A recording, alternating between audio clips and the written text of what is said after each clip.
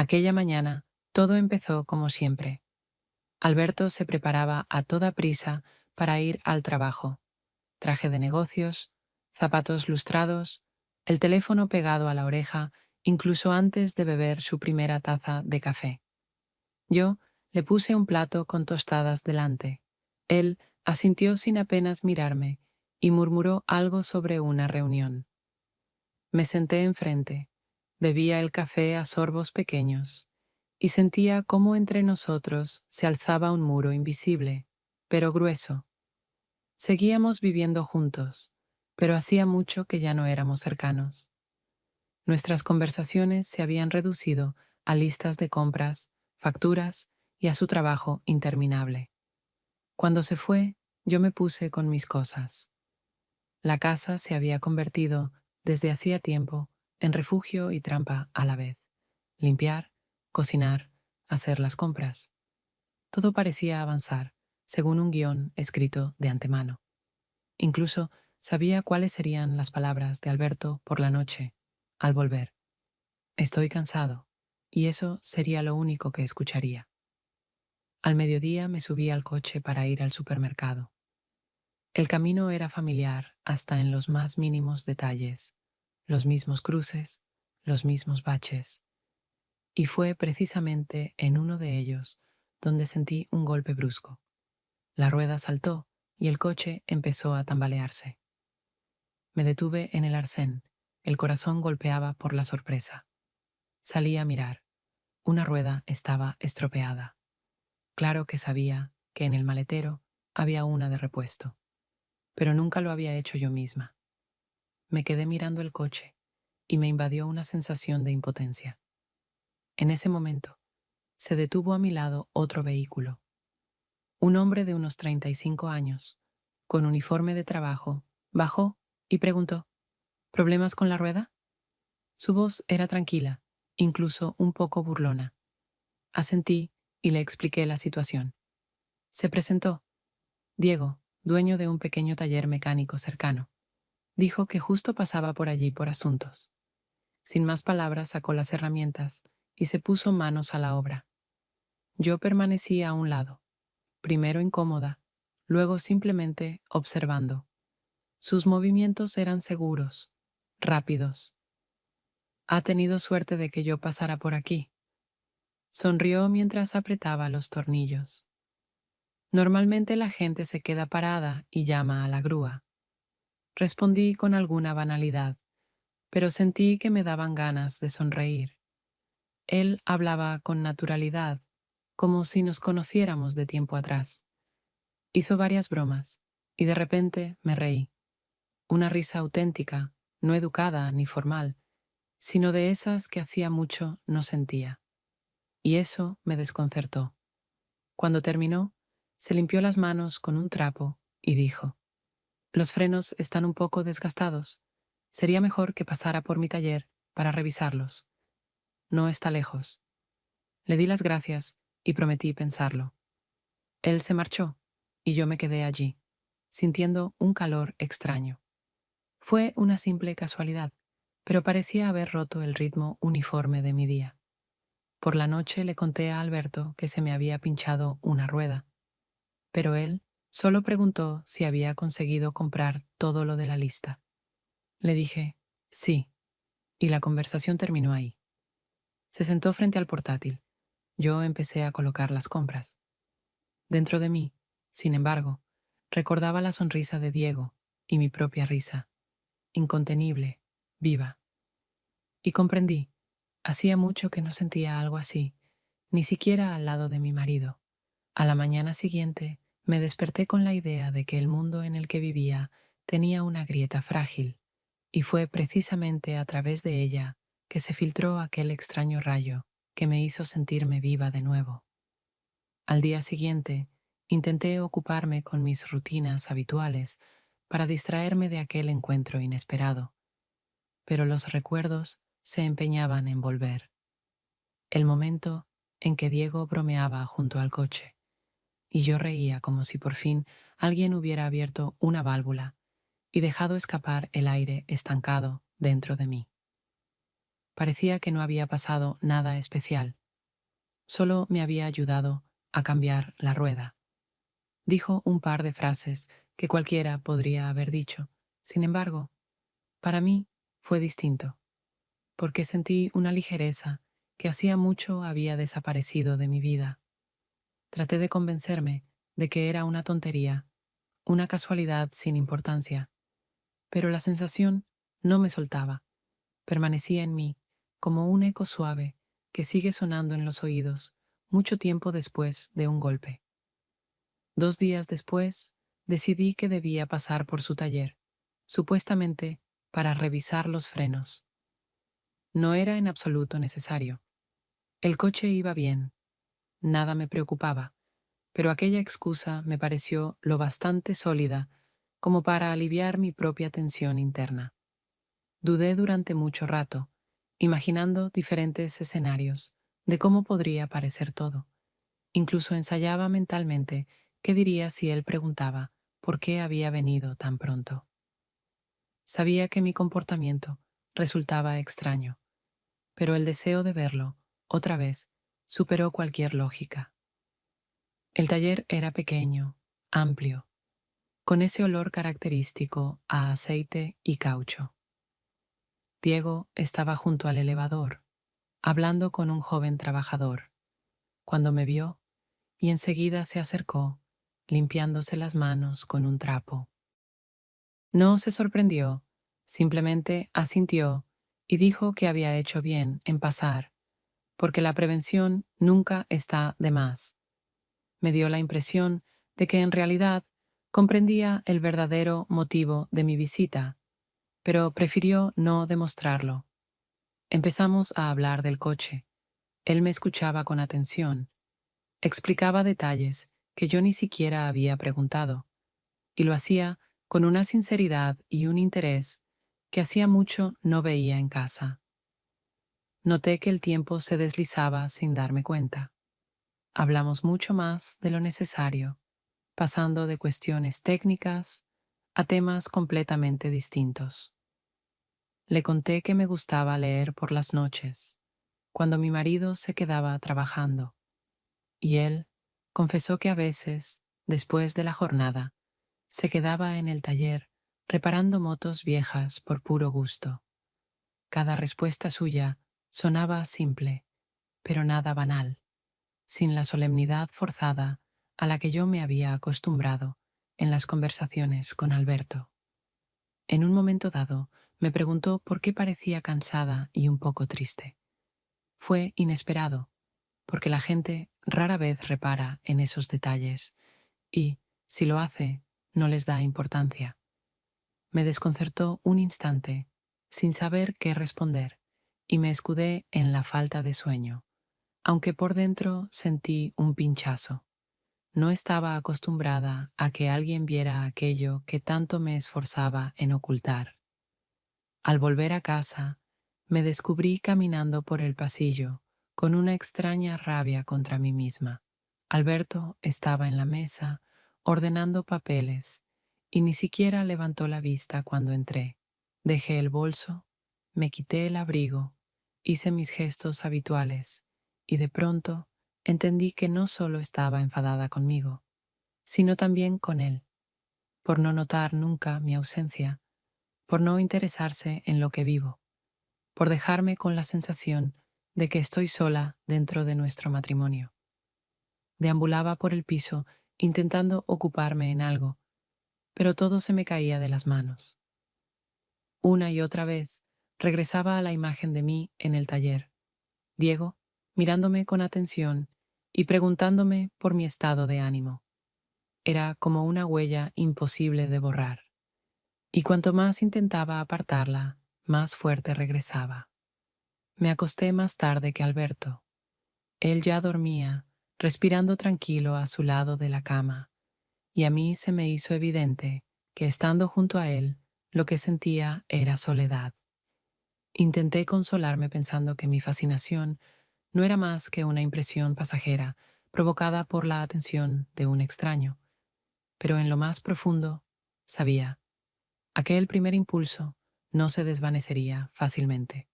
y mi vida ya había empezado a cambiar, aunque yo fingiera que todo seguía en su sitio. A la noche siguiente, Alberto decidió hacer un gesto que seguramente consideraba una muestra de cuidado.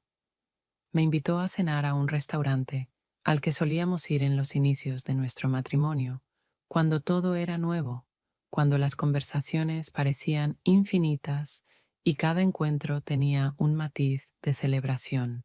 Sin embargo, esta vez la atmósfera era radicalmente distinta, porque desde el principio estuvo concentrado únicamente en su trabajo, en el próximo caso que debía ganar, en los clientes que exigían toda su atención. Yo me sentaba enfrente, escuchaba su voz monótona hablar de juicios y asentía en los momentos adecuados, intentando fingir interés, aunque por dentro sentía crecer en mí una oleada de irritación e incluso de desesperanza.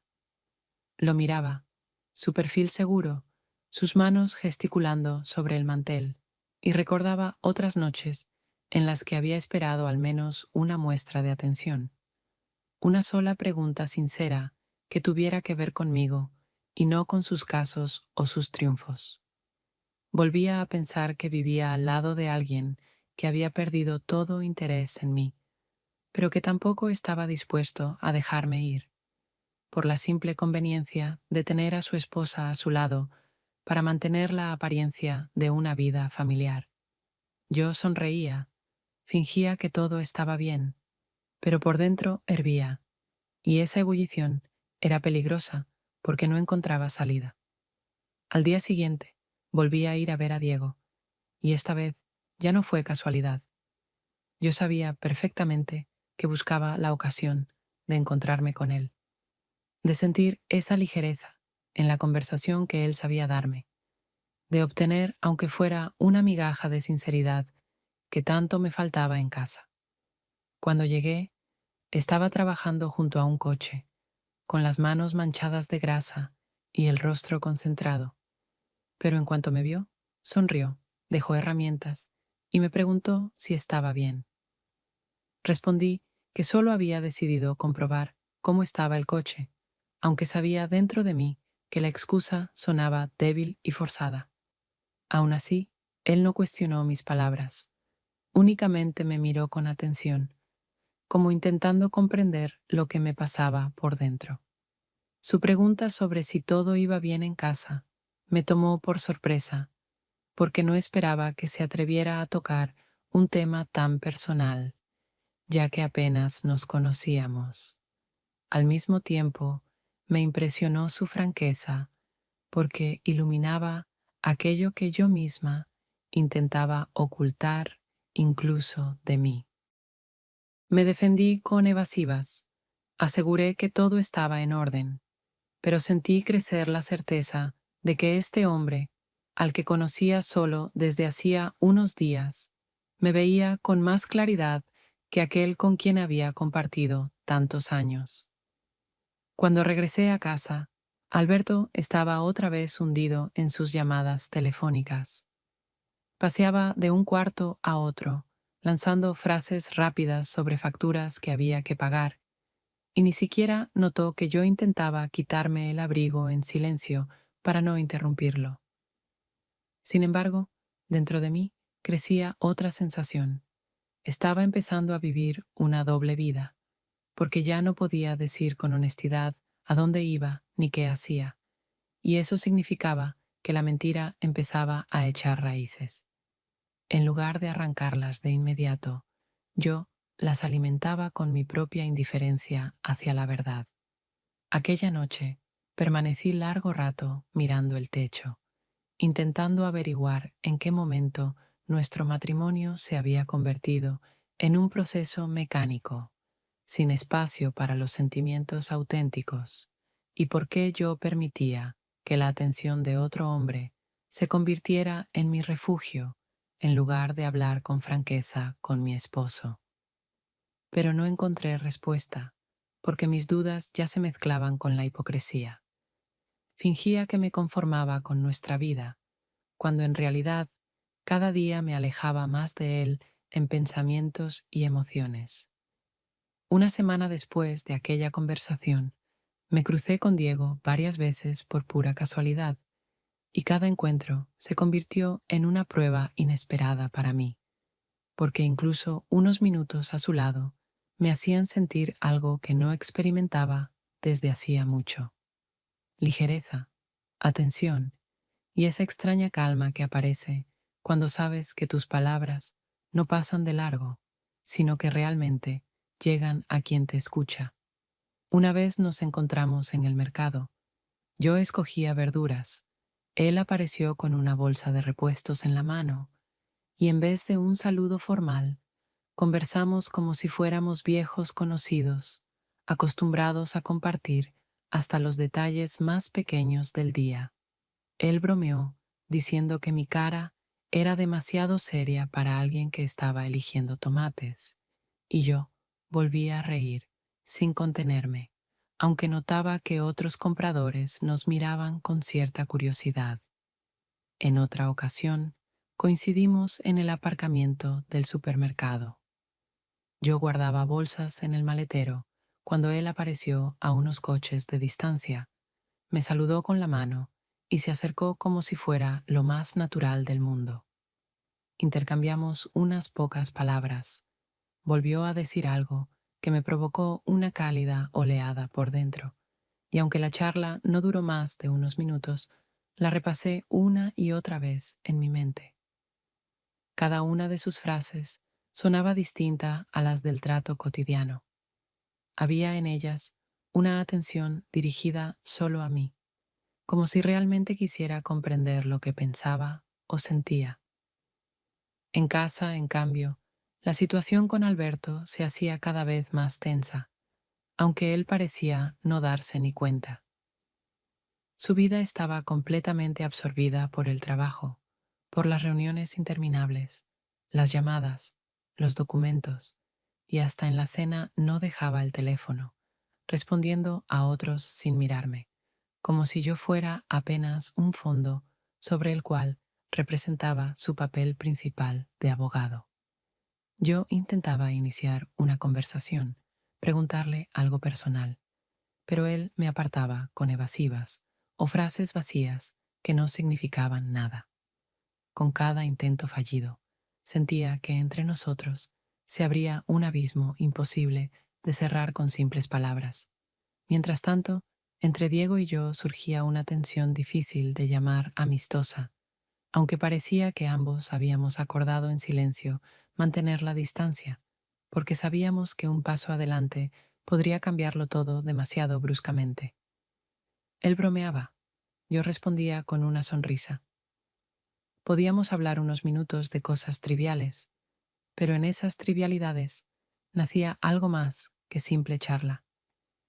Sentía que notaba en mí lo que los demás hacía mucho habían dejado de ver: mi cansancio, mi insatisfacción, mi deseo de sentir, aunque fuera por un instante, un poco de ligereza.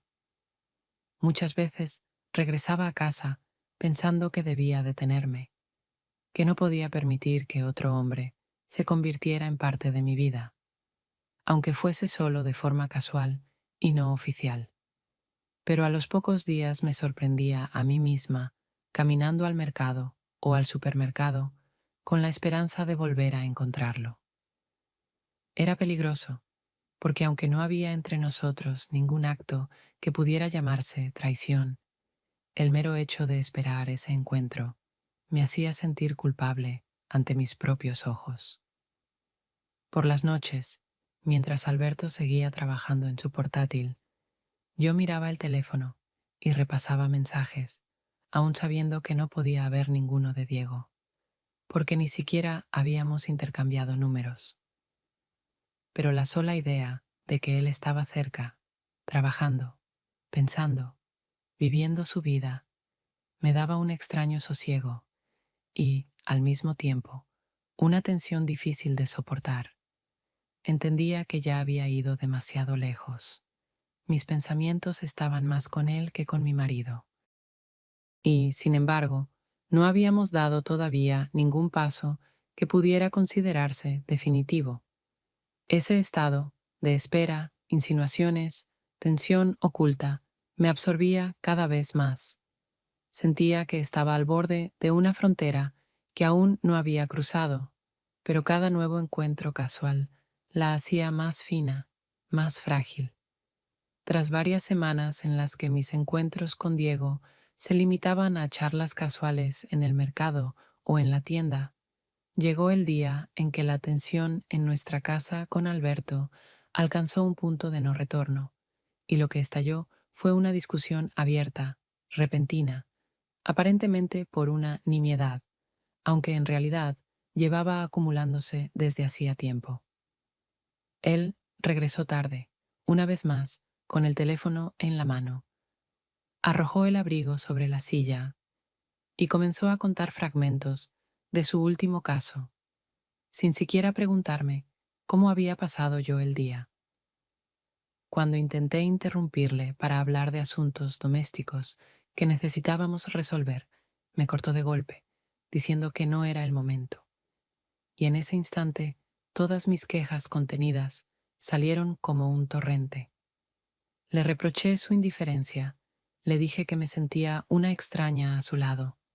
Él, en lugar de detenerse un momento a escuchar, se defendió acusándome de desagradecida, recordándome que trabajaba por nuestro futuro y que yo no entendía lo que eran las verdaderas dificultades.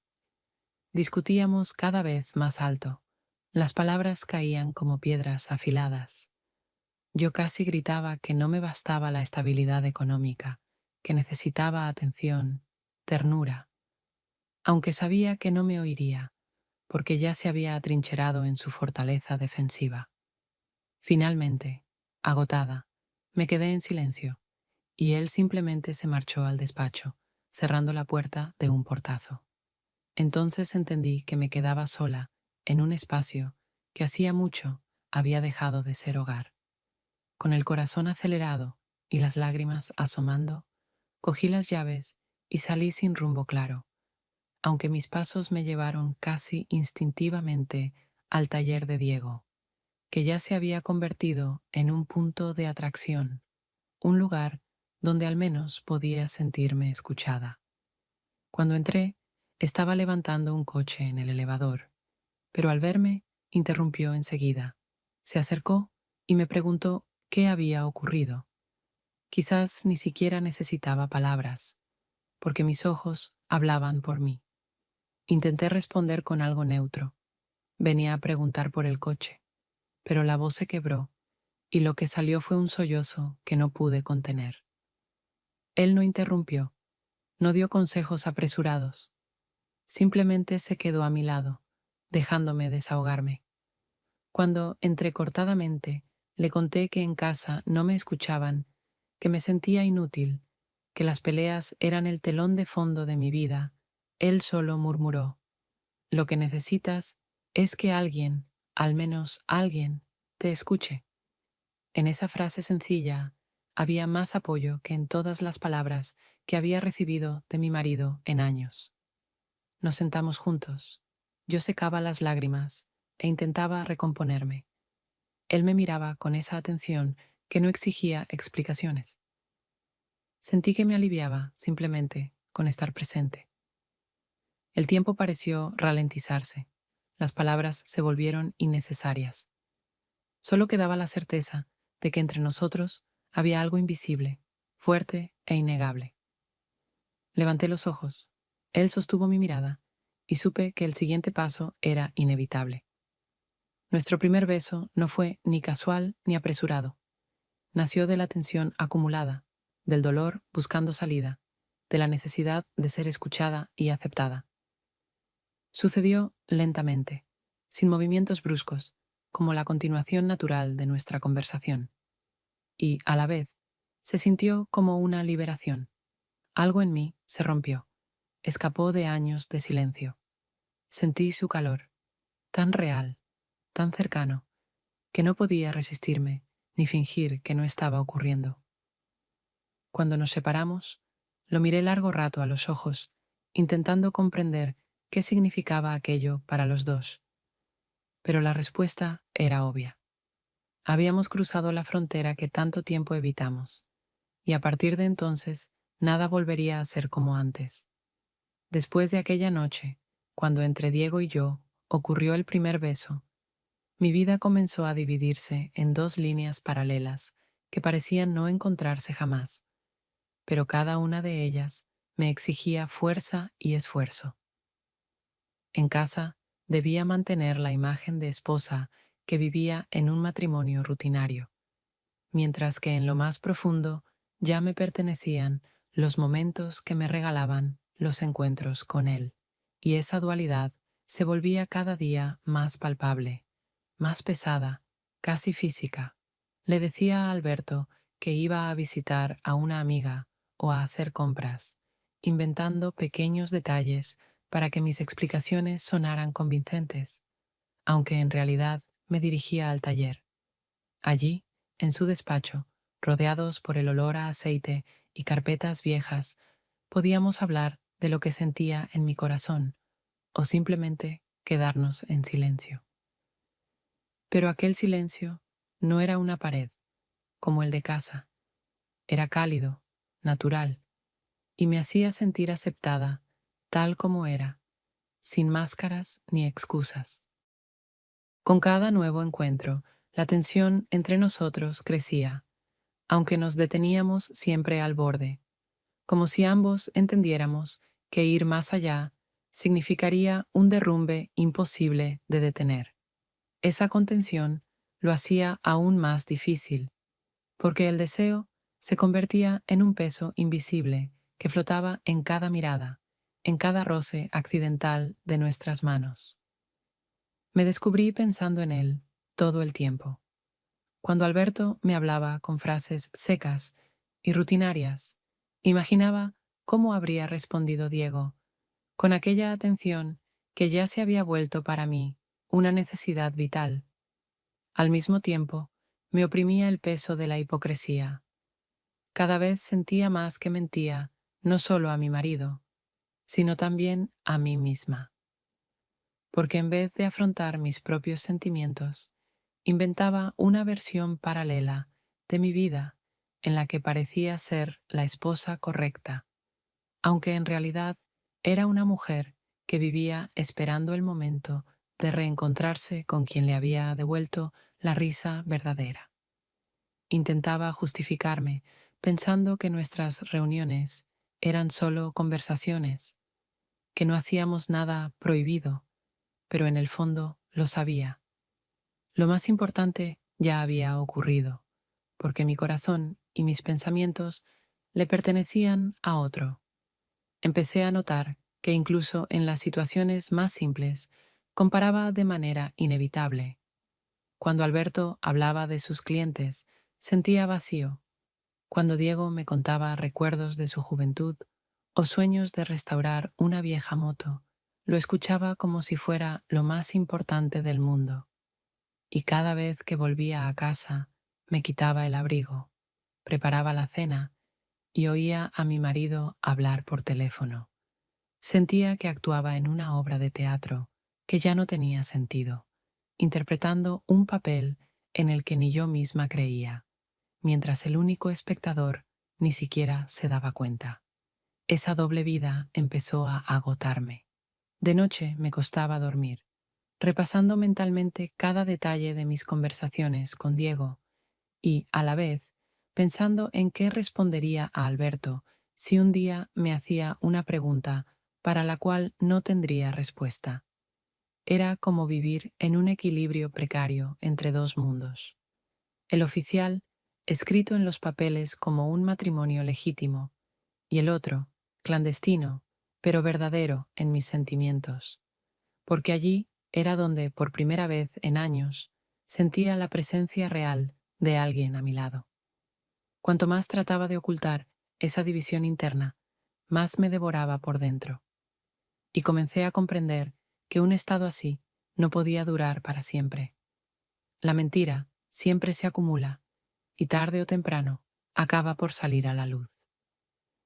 Sin embargo, yo seguía viviendo esa doble vida, convenciéndome de que aún podía sostener el equilibrio un poco más, aunque en el fondo sabía, ese balance inevitablemente se rompería. Habían pasado unas semanas desde que mis encuentros con Diego se volvieron habituales, aunque siempre en secreto, y ya empezaba a creer que sabía mantener el equilibrio entre mis dos vidas. Pero todo cambió aquel día en que el azar me puso frente al riesgo de ser descubierta, y la primera grieta no vino de mi marido, sino de una amiga a la que confiaba mucho más de lo que debía. Yo estaba de pie frente al taller, conversando con Diego sobre unos detalles insignificantes del coche, riendo por una de sus bromas, cuando de repente, al otro lado de la calle, vi una figura conocida.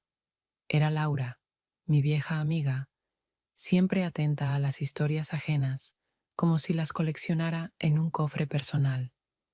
Y de inmediato sentí que aquel encuentro no pasaría inadvertido. Ella no se acercó enseguida.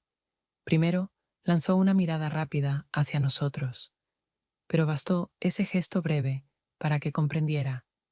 Había percibido algo en nuestra cercanía, en lo demasiado próximos que estábamos, en mi sonrisa, que seguramente no era la misma que llevaba en la vida cotidiana. Intenté apartar esa inquietud, continuando la charla con Diego, pero en mi interior ya ardía un presentimiento. Laura no era de las que dejaban escapar los pequeños detalles. Cuando por fin nos despedimos y caminé hacia casa, la encontré esperándome junto al portal, fingiendo casualidad, aunque yo sabía bien que esas coincidencias eran parte de su estilo. Me sonrió con esa leve ironía que siempre se ocultaba tras su cordialidad y comentó que me había visto en el taller. Quiso saber si el coche daba problemas otra vez y si no iba yo demasiado seguido allí.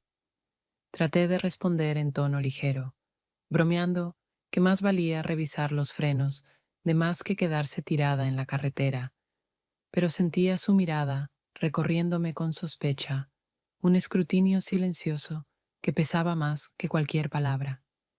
En casa no conseguí tranquilizarme. Repetía en mi mente su entonación, el gesto de su rostro, y cada vez estaba más convencida de que Laura había intuido algo, o al menos empezaba a sospecharlo. Eso significaba que mi doble vida ya no era solo mía. Miré a Alberto, absorto frente al ordenador, que ni siquiera se dio cuenta de que yo llegaba más tarde de lo prometido, y sentí un extraño alivio mezclado con temor. Alivio porque él no hacía preguntas, y temor porque mi mentira pendía de un hilo demasiado fino. Pero la noche siguiente advertí un cambio. Me observaba con más atención de lo habitual. Me preguntó 2 veces a dónde había ido, y aunque lo hizo con su tono calmado de siempre, en su voz se asomaba una ligera desconfianza. Respondí con serenidad, incluso con un matiz ofendido, como si me sorprendiera que pudiera dudar de mí. Esa seguridad fingida logró disimular mi temblor interior. Sin embargo, después de esa conversación, pasé mucho tiempo caminando por la casa, pensando en cómo mis excusas empezaban a entrecruzarse, como hilos a punto de enredarse hasta romperse. Sabía que Laura volvería a sacar el tema, que no se quedaría callada si descubría algo interesante para contar, y solo esa idea me dificultaba la respiración. Mis encuentros con Diego dejaron de ser solo un alivio. Ahora llevaban también el sabor del riesgo.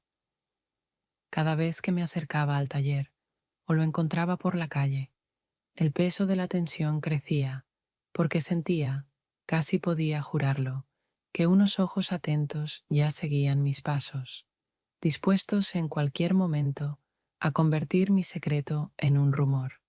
Habían pasado algunos días desde aquel encuentro con Laura, y yo intentaba convencerme de que no había sospechado nada serio, que sus palabras sobre mis visitas frecuentes al taller no eran más que una broma.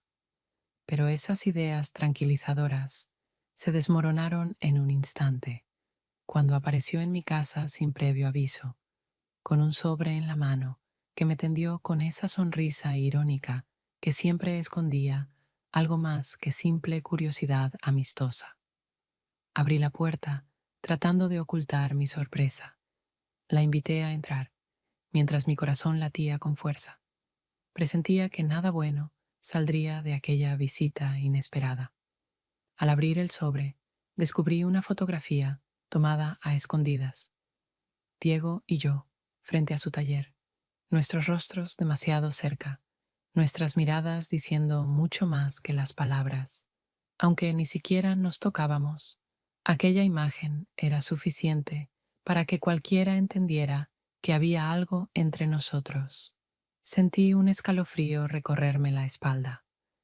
La prueba de mi secreto estaba en manos ajenas y mi doble vida ya no me pertenecía. Laura se acomodó en un sillón, como si fuese la dueña de la casa y no una invitada, y dijo con calma, sin prisa, que no necesitaba explicaciones porque ya lo entendía todo. Pero añadió una frase que me golpeó como un latigazo. Puedo guardar silencio, pero recuerda que el silencio no siempre es gratis. Su voz no sonaba ni cruel ni agresiva. Al contrario, tenía un tono cotidiano, y fue precisamente esa normalidad lo que más me aterrorizó. Era la señal de que ya había decidido cómo usar mi secreto en su propio beneficio. Desde ese día, Laura comenzó a aparecer cada vez con más frecuencia en mi casa. Al principio con visitas amistosas, luego con pretextos inventados. Y en cada ocasión se permitía un poco más. Elogiaba abiertamente a Alberto por su trabajo, bromeaba con que yo pasaba demasiado tiempo sola en casa e incluso se sentaba a cenar junto a él, como si fuera lo más natural. Yo fingía que todo estaba bien, pero por dentro me consumía la sensación de peligro. Veía cómo poco a poco se entrelazaba en nuestra vida, usando mi debilidad como palanca. Mis intentos de insinuarle que mantuviera distancia chocaban contra su sonrisa despreocupada y respuestas como, ya sabes que siempre estoy cerca si necesitas apoyo.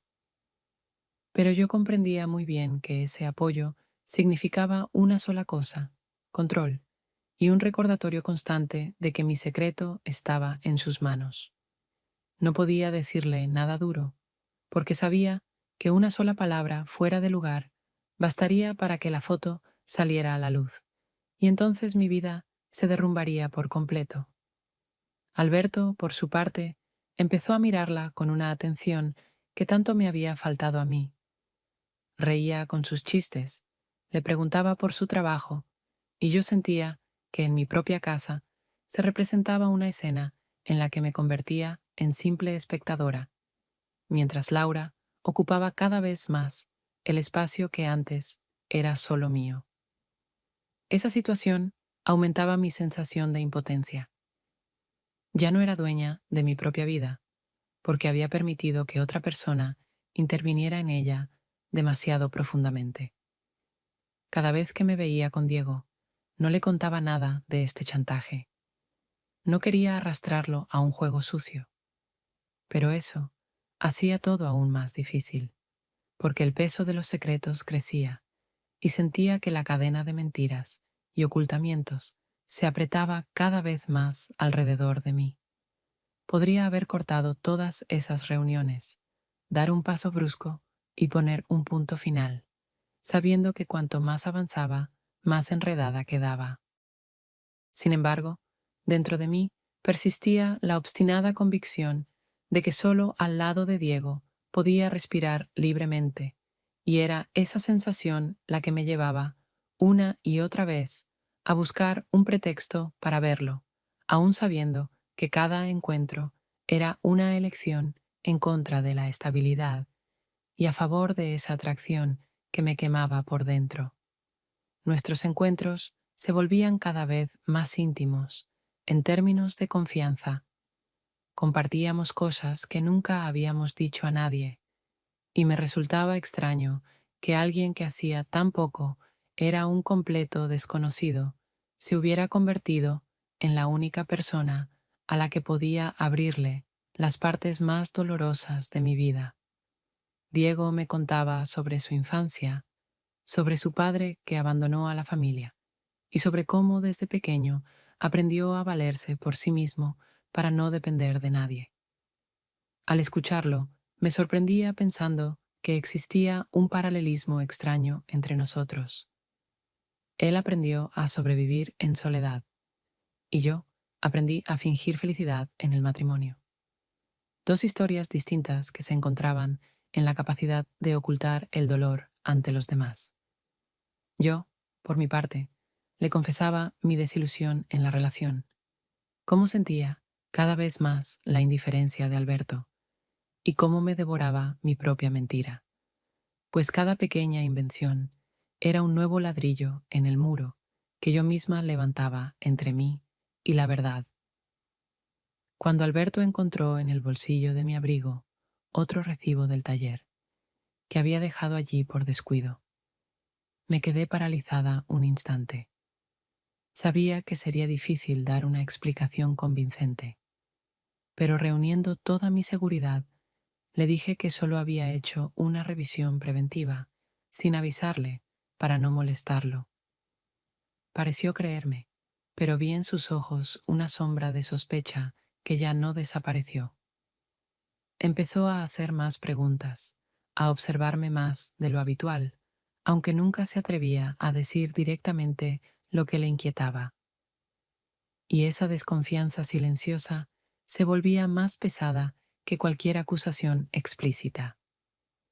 Mientras tanto, Laura seguía apareciendo en nuestras vidas cada vez con más frecuencia, y en cada visita dejaba caer insinuaciones que me recordaban que me tenía en sus manos. Preguntaba si necesitaba ayuda porque me veía demasiado ocupada, o me miraba fijamente durante la cena, como para recordarme la foto que podía mostrar en cualquier momento. Alberto aceptaba sus visitas con un placer disimulado.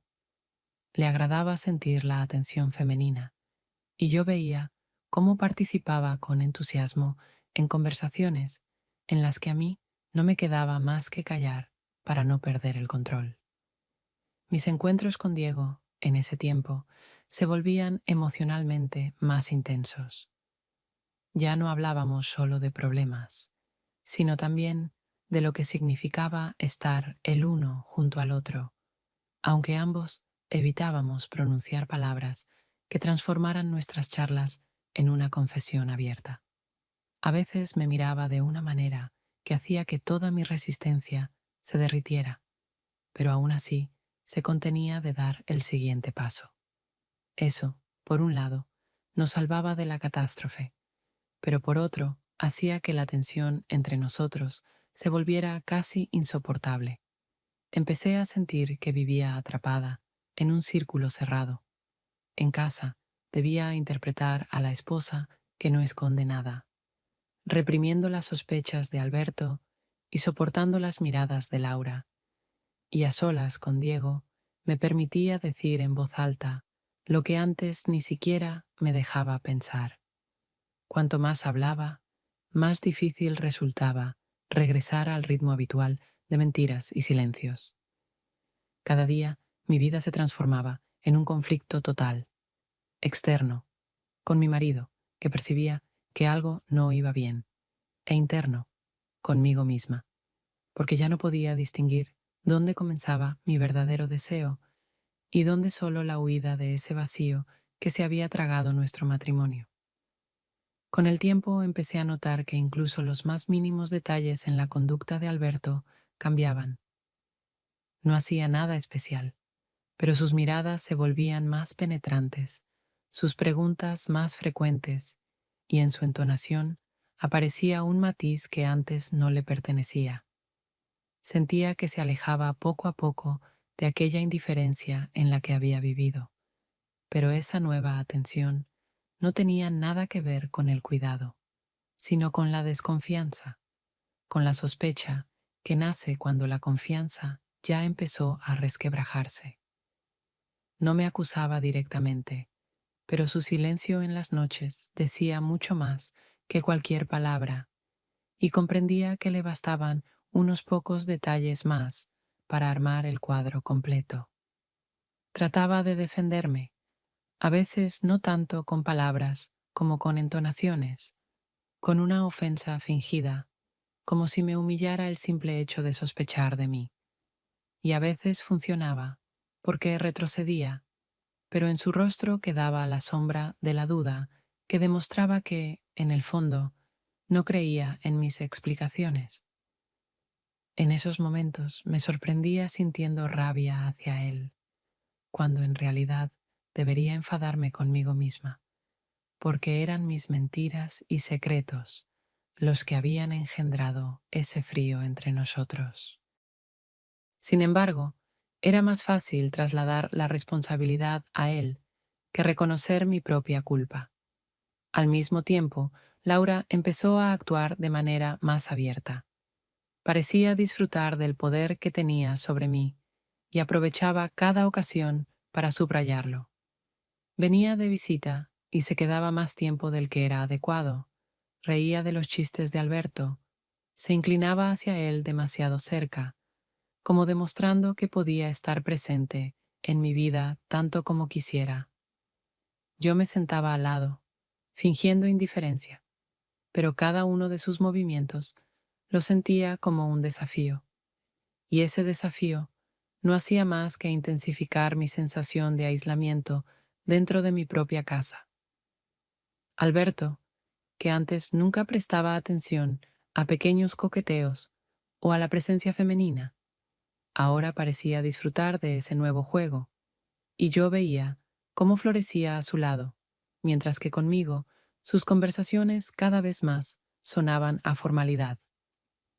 A veces lo sorprendía repitiendo las mismas palabras, las mismas frases de antes, pero ahora vacías de contenido emocional. Eran solo sonidos destinados a sostener la ilusión de una vida conyugal. Entre nosotros se instaló una atmósfera de frío. Vivíamos en el mismo apartamento, pero como si lo hubiéramos dividido en dos mundos paralelos que casi no se tocaban. Su mundo consistía en el trabajo, las reuniones y esos momentos en los que se permitía sonreír en presencia de Laura. El mío, en cambio, estaba hecho de conversaciones secretas con Diego y de interminables intentos de inventar nuevas excusas para mis ausencias. Esta división se volvió tan evidente que incluso las cenas compartidas parecían un ritual, ejecutado solo por conveniencia social. Me despertaba por las noches, miraba a su espalda, vuelta hacia mí, y pensaba que, incluso si quisiera contarle toda la verdad, ya no me escucharía, porque nuestras conversaciones habían perdido el sentido desde hacía tiempo. En esos instantes sentía que el frío en la familia ya no era una casualidad, sino una ley inevitable que poco a poco sustituía todo lo demás. Laura, mientras tanto, seguía actuando con cautela, pero con un objetivo claro. No hablaba directamente, pero cada frase suya llevaba una insinuación, como si al pasar mencionara que yo no siempre estaba donde decía, o que en la ciudad había lugares interesantes donde se podía encontrar casualmente a conocidos. Alberto escuchaba esas palabras sin hacer preguntas, pero yo veía cómo se instalaban en su mente, cimentando las dudas. Vivía con la sensación de estar atrapada en un aro que cada día se apretaba más. De un lado Alberto con su sospecha, del otro Laura con su chantaje silencioso, y en el medio yo, que seguía engañando a todos y también a mí misma, porque la esperanza de algo distinto aún parecía posible, aunque ya casi inalcanzable. Una noche, después de otra conversación con Diego, me demoré en su taller. Estábamos de pie junto a la mesa de trabajo, hablando de cosas que para otros serían minucias, pero que para mí tenían un enorme significado, porque en esos detalles sentía el contacto vivo que tanto me faltaba en casa. Y entonces, mientras discutíamos otra historia, rozamos nuestras manos sin querer y comprendí que ese momento ya no podía ocultarse detrás de palabras o bromas, porque el propio roce decía todo lo que temíamos pronunciar en voz alta. No me di cuenta de inmediato de que en la puerta estaba Alberto, y su figura silenciosa nos detuvo a ambos, nos hizo apartarnos, aunque ya era demasiado tarde, porque había visto más de lo necesario. Y aunque intentáramos explicarlo, ninguna palabra borraría lo que ya se había fijado en su memoria. Alberto no dijo nada, solo nos miró unos segundos, y esa mirada bastó para entender que ya no creería en ninguna de mis explicaciones, porque había visto la verdad con sus propios ojos. Se dio la vuelta y salió. La puerta se cerró suavemente, pero en ese sonido escuché una definitividad que no necesitaba gritos, y esa firmeza tranquila en sus pasos me asustó mucho más que si hubiera estallado en un escándalo. Me quedé inmóvil, sin saber qué hacer, porque todas mis excusas, preparadas para el caso de sospechas, en un instante se volvieron inútiles. Diego también dio un paso atrás. No intentó ni defenderme ni convencer a Alberto de que entre nosotros no había pasado nada, porque entendía que todo intento resultaría ridículo. Me miró con una seriedad que nunca antes había sonado en su voz y dijo que no quería ser la causa de la ruina de mi vida, que no podía seguir adelante si eso significaba una catástrofe para mí. Y esas palabras fueron como un cuchillo. Por un lado hablaban de su honestidad y por otro ponían punto final allí donde yo aún sostenía la ilusión. Intenté replicar, pero él solo sacudió la cabeza, como quien toma una decisión imposible de revertir.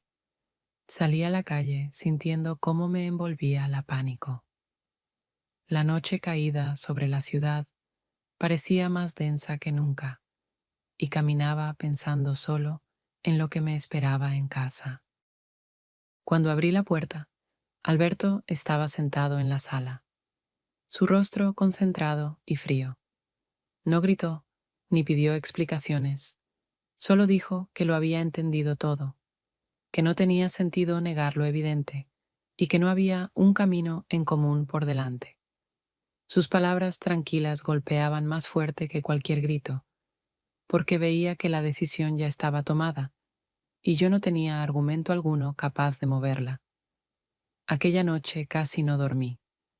Yacía en la cama, escuchaba cómo se movía por el piso, cómo recogía documentos, y comprendía que el final de nuestro matrimonio había llegado precisamente en el momento en que nos vio las manos entrelazadas, y que ninguna explicación mía, ningún intento de convencerlo de la casualidad de ese instante, tendría ya fuerza alguna. Sentía cómo la vida que había construido durante años se desmoronaba en cuestión de horas, y lo más terrible era que comprendía que en esa ruina la única culpable era yo. A la mañana siguiente, Alberto se fue sin decir a dónde ni por cuánto tiempo, y esa incertidumbre resultó aún más dolorosa que su presencia la noche anterior. Me quedé sola en la cocina, mirando la taza de café a medio beber, y pensaba en que ahora ni siquiera el hogar era un lugar donde podía esconderme, porque se había transformado en un espacio lleno de frío y de una muda condena. Los días posteriores a aquel momento en que Alberto me vio con Diego transcurrieron en un estado que solo podría describirse como la espera de una sentencia, porque aún sin juez ni jurado delante, yo sentía que todos mis actos ya habían sido puestos en orden, analizados y condenados sin derecho a apelación. Él no montaba escenas, no gritaba, no exigía explicaciones. Sin embargo, su silencio distante era tan elocuente que habría soportado mejor cualquier pelea que ese espacio tranquilo y helado que se había instalado entre nosotros. Pasados unos días, me informó que había presentado los papeles del divorcio, y lo dijo con una voz uniforme, sin rastro de dolor ni de ira, solo con la definitividad que no admite discusión ni excusa. Entonces comprendí por primera vez que la verdadera catástrofe no es el grito ni el conflicto, sino el silencio en el que todo ya está decidido. Laura ya no ocultaba su satisfacción de que las cosas se hubieran dado justo como probablemente deseaba. Ahora venía a verme no como amiga, sino como observadora ajena con derecho a comentar. Y con fría franqueza decía que siempre lo había sabido, que sospechaba desde hacía tiempo de mi traición a mi esposo, e incluso insinuaba que se lo había contado a otros, supuestamente para que yo tuviera menos ilusiones sobre cómo se percibía mi historia en ojos ajenos. Yo intentaba responder con calma, aunque por dentro sentía como cada palabra suya dejaba arañazos que se volvían cicatrices, recordatorios de mi debilidad y de mi impotencia. Diego, después de aquella noche, se apartó definitivamente. Ya no respondía a mis intentos de verlo, no contestaba las llamadas, y cuando un día entré en su taller, me dijo brevemente que así sería mejor para ambos, sin darme oportunidad de prolongar la conversación. Su decisión era comprensible, incluso correcta, pero me golpeó con la misma fuerza que el divorcio, porque de repente me quedaba sin la persona que hasta hacía poco había sido mi apoyo, y sentía que estaba sola frente a lo que yo misma había construido. Comencé a vivir en un espacio donde todo me recordaba la mentira. Cada objeto del apartamento, cada detalle de la rutina, estaba ligado a los años junto a mi esposo, y a la vez, cada recuerdo llevaba ahora el sabor amargo de la traición. Me resultaba difícil incluso salir a la calle, porque tenía la sensación de que cualquier mirada conocida podía ocultar el rumor difundido por Laura, y que mi nombre ya no sonaba neutral en conversaciones ajenas, sino cargado de juicio, condenado a la soledad.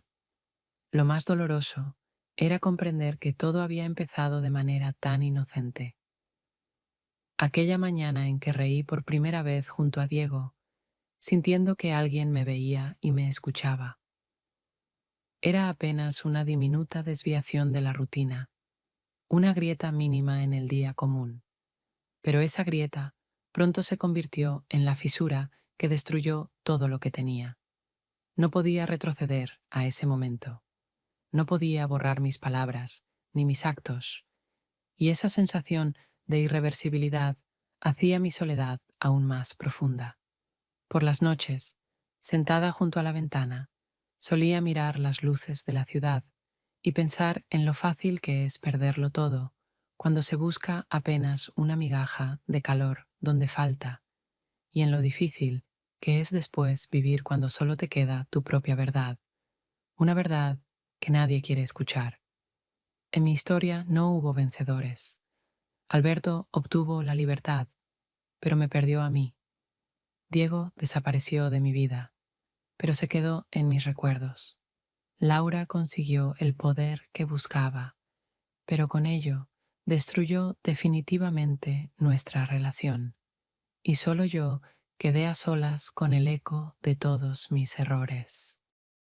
Así comprendí que el castigo más terrible por la mentira no es la condena ajena, sino la propia soledad, en la que ya no queda nadie que de verdad escuche o entienda, porque todo lo que permanece después de ese camino es un espacio vacío, y el pensamiento de que, a veces, una sola elección puede cambiar toda una vida sin derecho a retorno.